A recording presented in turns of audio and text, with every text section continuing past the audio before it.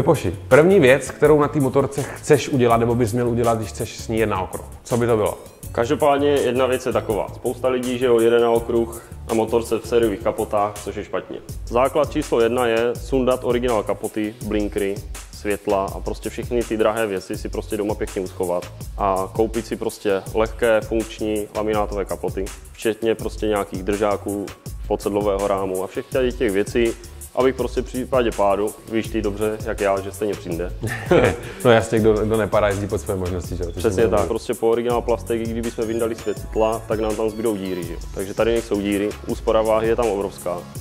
Jo, každopádně je tam dále jináčí držák budíku, který prostě sériově bývá z nějaké prostě křehké slitiny, která když praskne je neopravitelná.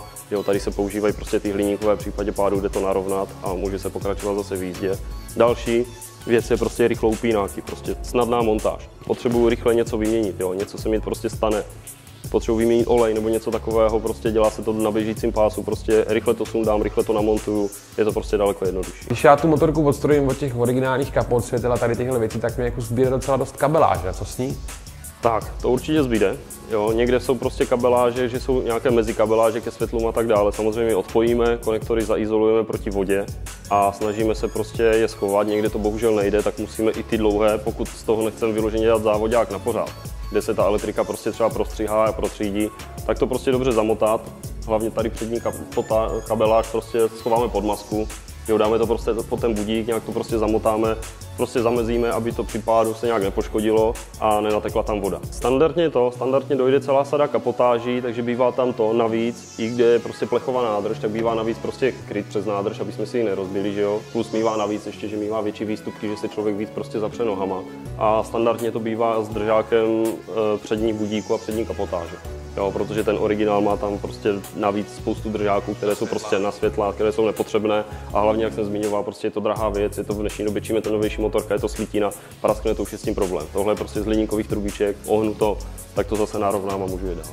Začneme tím, půjde tam potom kryt před nádrž, tak už máme, to jsme si předchystali, máme prostě nádrž oblepenou, aby jsme nepoškrabali lak a začínám vždycky odpředu a zhora té motorky a pomalinku se sunu dolů.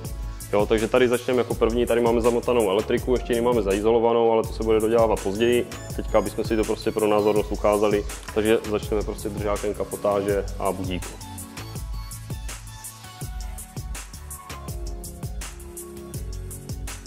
Další část jsou nasávací roury nebo náfuchy. Jo, tady máme prostě nové, někdy tam prostě do těch kapotáží pasují originály, ale je tam zase problém. Některá motorka má tam nějakou vzduchovou přívěru nebo klapku, je to zbytečný váha, tohle je zase lehčí, funkčnější a když ty klapky stejně u krovové motorky odpojujeme, takže je jednodušší tam dát ten hladík. A jako další díl, velice důležitá, je navaděč vzduchu na chladič vody a oleje. Velice důležitá věc pro chlazení, protože motorka je v extrémních teplotách a na maximální výkon, tak aby prostě všechen vzduch, který můžeme pojmout, aby se dostal k chladiči. Jako další díl máme přední masku a tady vám ukážu v rychlosti, jak je snadné to namontovat. Tak a to je vlastně všechno. Tady dáme 2 šrouby a celá maska je namontovaná. Součástí masky je ještě závodní plexi, které samozřejmě má jiný tvar jako originál, je vyšší, aby člověk, když jede, tak aby měl lepší aerodynamiku a schoval se za to a nenabíral vítr. Spodní klín zároveň funguje i jako záchytná vana na kapaliny v případě úniku. Na jejich vypuštění jsou tady 2 výpustí, každopádně když jedeme na vodě, tak ty výpustí sundáváme, aby jsme si tu vodu nevozili sebou. Jako další díl máme boční kapotáž. Tady zmíníme výstuhu kevlarem, která je samozřejmě u všech dílů, všude, kde jsou rychlou upínáky nebo šrouby a kde jsou ty díly namáhané. Zbytek je prostě laminát, aby to bylo prostě pružné. Tady máme původní nádrž, která je zalepená folií, aby jsme ji nepodřeli. Tak, při chycení krytu je úplně jednoduché, použijeme stávající šrouby, které drží nádrž a přes ty je přitáhneme. Tady je jiný podsedadlový rám. Je teda nutný vždycky ten podsedadlový rám vyměnit, nebo není to nutné? Není to vždycky nutnost, tady konkrétně u téhle motorky je to přesná kopie originálního rámu, ale zase bavíme se o tom, tahle druhovýroba je daleko levnější proti originálnímu rámu, proto je dobré mít ten originál prostě doma pěkně schovaný. Takže tady do toho závodního rámu pasuje plast, kde drží baterka a tady všechny ty věci. Samozřejmě už tady není plast, který jsme prostě sundali s originálními kapotama, aby nám tam prostě neletěla nějaká špína, vinec, voda. A drží nám v tom vlastně celá řídící jednotka, výfukové servo a další prostě věci, takže tady je prostě takový pěkný karbonový kryt, který tam prostě našroubujeme. Další důležitou věcí je podpora sedačky toho laminátového krytu, protože bez toho bychom ten laminát asi prosedli. A je to opět, pasuje to jak na ten závodní podsedlák, tak na ten originální.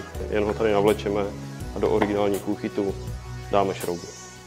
Jsme u samého finále montáže kapot a tím je podsedadlová část, včetně vlastně sedačky. A to jak to tam dáš, protože se dává dost debil několikrát. To jo. Jo, tak schválně, jestli si to podaří na první dobrou. To byla náhoda, nebo to už máš na cvičení? To nevím, ale sedlo to tam. K čemu je dobrý nepoužívat originální sedlo, nebo v čem je výhoda toho sedla pěnového? To asi můžu říct já klidně. Ta výhoda je určitě v tom, že to sedlo je tvrdší, to znamená, že vy ty informace o té zadní části té motorky dostáváte napřímo do toho vašeho zadku. V momentě, kdy sedíte na sedle, který je takhle tlustý, tak to jak kdyby odfiltruje veškeré ty informace, které vám jdou od toho zadního kola. Další výhoda je v tom, že to sedlo je minimálně takhle, není kluský, jo? Takže když si po té motorce hýbete, nebo jste z té motorky vysedli, tak vás drží přesně na tom místě, na kterým chcete. Rozhodně nedoporučuju, pár lidí to tak má, že jezdí na originálním zadním sedle. Zkuste si někde tady tohle a uvidíte, že vám to bude mnohem víc vyhovovat než to originální původní sedlo. Další věc je dobrá po té montáži, ještě když to prostě smontujeme, tak prostě proběhnou to třeba horkovzduškou nebo tu motorku hodně zahřát. A když se s tím prostě při té první montáži nějak trochu pereme, tak ono tím teplem, jak se to prostě zehřeje a schladne, tak nám to povolí a hlavně nechce prostě, aby na té motorce ty kapoty byly našponované. Fakt se s tím chce pohrát, aby